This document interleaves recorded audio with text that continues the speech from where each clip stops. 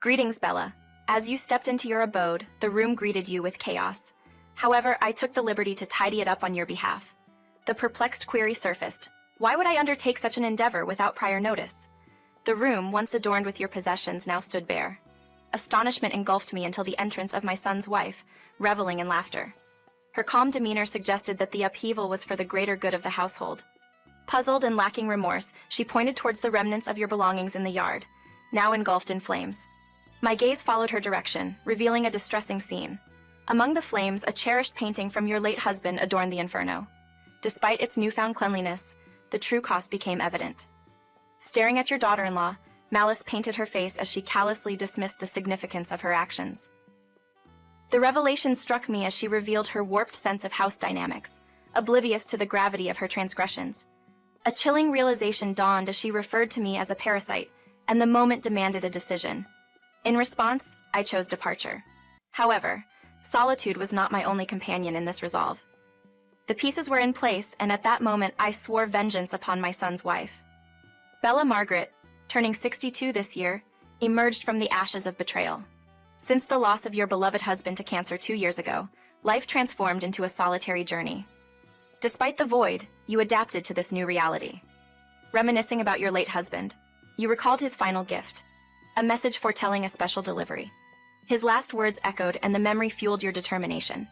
The years spent with him flashed before you, a successful businessman, a loving husband, and a family man.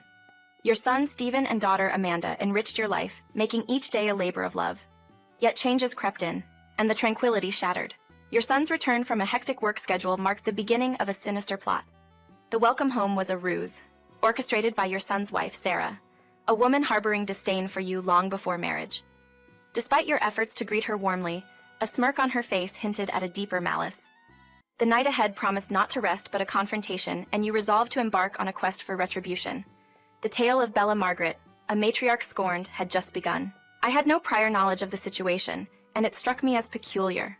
Sarah, seemingly uninformed, made herself at home, testing the comfort of our space. Their unexpected 2-day stay became a constant strain on my peace of mind. I hoped for a return to serene daily life, but fate had different plans. About a week later, my son approached me with a solemn request. The bad feeling I had intensified. Sarah, it turned out, wanted to live with us. The news blindsided me, and I questioned the reasoning behind her sudden desire. Supposedly she was worried about me, though I couldn't fathom why she hadn't reached out personally. Inquiring about their relationship, my son hesitated, hinting at an unenthusiastic dynamic. Feeling the weight on my son, I suggested intervening. I called Sarah and directly expressed that living together was not an option. I suspected her previous snooping around our house was a prelude to this proposal. Sarah, excited at the prospect, initially resisted but eventually acquiesced. I thought I had successfully averted a disruptive change, returning to my peaceful routine. However, Sarah remained persistent. One afternoon she reappeared with a new proposal, suggesting a trial period of living together. Stunned, I weighed the consequences of my decision, knowing that an irreversible choice loomed. As she nonchalantly walked into the house and made herself comfortable, she pitched the idea of a trial cohabitation, assuring that if it didn't work, she would move out. Faced with a difficult choice, I anxiously awaited my son's response. Sarah unapologetically called my son without permission. His apology and disapproval of Sarah's idea left me in a quandary. Though my son was willing to live together, he vehemently opposed Sarah's plan. The unfolding situation hinted at the challenges ahead, and my peaceful daily life hung in the balance. I believed it was a strategic move to encourage her to give up. Stephen's logic suggested that we could temporarily live together and find the right moment to decline. Tentatively, I agreed, fearing that Sarah might disrupt our home. Initially, everything was peaceful, but the dynamics changed when Stephen's work commitments kept him away. Apologies for not helping with house chores became a regular occurrence. Stephen reassured me by taking care of the expenses. However, when he embarked on a long business trip, Sarah's demeanor underwent a dramatic shift. Mocking comments about my cooking abilities surfaced during meals, and she displayed her true colors. The pretense of a harmonious living arrangement vanished as she complained about laundry and refused to contribute to household tasks. Fed up, I decided to inform Stephen about the situation, hoping it would bring some resolution.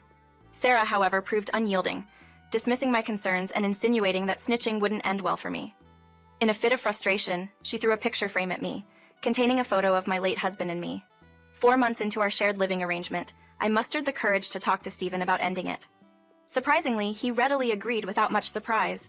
Just days before his return, he shared a surprising revelation. Our lives were about to change even more. Amanda, my daughter, recently divorced due to her husband's infidelity, was returning home. Upon Amanda's arrival, I explained the situation, including Sarah's presence. Stephen was set to return soon, and we planned to discuss the matter. Amanda, understanding the circumstances, offered her support. That night, when Sarah encountered Amanda, she inquired about her presence. Amanda, facing a lot of changes, explained her stay. And surprisingly, Sarah seemed to take a liking to her, possibly perceiving Amanda as a sisterly figure. Sarah's behavior took an unexpected turn when my daughter was present, showing an unusual docility. Recognizing this, we considered leveraging it to our advantage, but remained cautious not to reveal our plans. The following day, my son returned home, and as I greeted him, Sarah rudely pushed past me, dismissing my presence with condescension. Her mocking laughter had become a disheartening regularity. Lost in thought, I explained my daughter's return to my son, who seemed distracted. About an hour later, we had a family dinner with Amanda, and for a brief moment, the atmosphere felt serene. However, my son's wife, fueled by alcohol, continued her antagonistic behavior, suggesting that I join in the drinking, despite my aversion to alcohol. Concerned, my daughter intervened and took Sarah to her room, letting us proceed with our planned discussion. Faced with the dilemma of dissolving the living arrangement, my son and I struggled for a solution. Unable to come up with a clear plan, my daughter posed a crucial question. Why did Sarah want to live with us in the first place? Realizing we had never sought a clear reason, we speculated on Sarah's motives. Amanda proposed an unexpected idea, one we hadn't considered.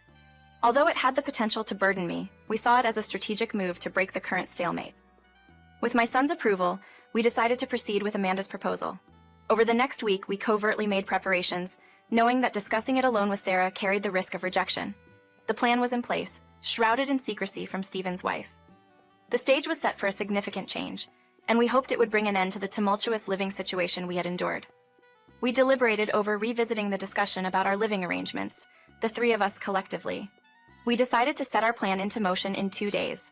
On the eve of our intended action, Sarah interrupted, expressing regret. "I'm sorry, but I need to step out for a bit." Curious about her sudden cheerfulness, I didn't dwell on it, as I anticipated bidding farewell to my current life the following day. My only concern lingered on leaving Stephen's wife alone at home. However, the prospect of reconnecting with a friend overshadowed that worry, causing me to forget about it entirely. Upon my return around 5 p.m., I couldn't locate Stephen's wife. Unexpectedly, she emerged from my room, greeting me with, "Welcome back, Bella. Your room was a mess, so I tidied it up for you." Confused and alarmed, I questioned her presence in my room. Her cryptic response, "You'll see if you look," led me to discover that all my belongings were being incinerated in the yard. Shocked, I stood barefoot, watching as my clothes and possessions turned to ashes. Among them, a painting gifted by my late husband burned. Attempting to make sense of the situation, Stephen's wife nonchalantly explained, "I did it for the good of the house." At that moment, I realized she had forgotten a crucial detail: who truly supported the household. Anger surged through me, and despite her lack of remorse, I confronted her. "What have you done?" In response, she pointed to the flames and callously remarked, "This cleans everything up nicely." Filled with hatred, she failed to comprehend the gravity of her actions. Angrily, she declared, "You're scaring me. Stop joking around." Realizing her reference to a parasite was directed at me, I decided to leave. As I exited the house, I made a vow of revenge on Stephen's wife, swearing at my late husband. Sarah questioned my departure, and I ignored her, focusing on moving to a new place. Arriving at the new house, I felt a mix of excitement and anticipation for a fresh start. An hour later, Stephen and Amanda joined me, surprised by the impressive dwelling. When asked how I secured it, I explained that a friend of my late husband had facilitated the arrangement. We enjoyed a pleasant time together, but the seriousness returned as we discussed informing Sarah of our new address. Anticipating her inevitable visit, we prepared to face her, deciding to ignore her numerous messages and missed calls. Days later, as we relaxed in the new surroundings, Sarah finally visited, looking weary. Peering through the window, we knew it was time to confront her. "You came, Sarah.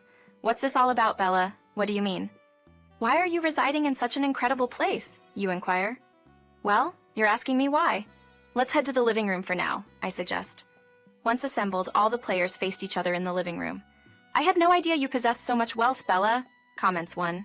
"Well, of course you didn't. I didn't tell you. From now on, we plan to live here together." "Sorry for keeping it a secret," I admit. Suddenly, my son's wife's demeanor completely transformed into a smile. Perhaps she thought she would also get to live in this magnificent house. Why didn't you say something sooner? Why were you keeping it from me, Stephen? My son's wife questions. Mom told me not to say anything about it, like a surprise, Stephen replies, attempting not to laugh.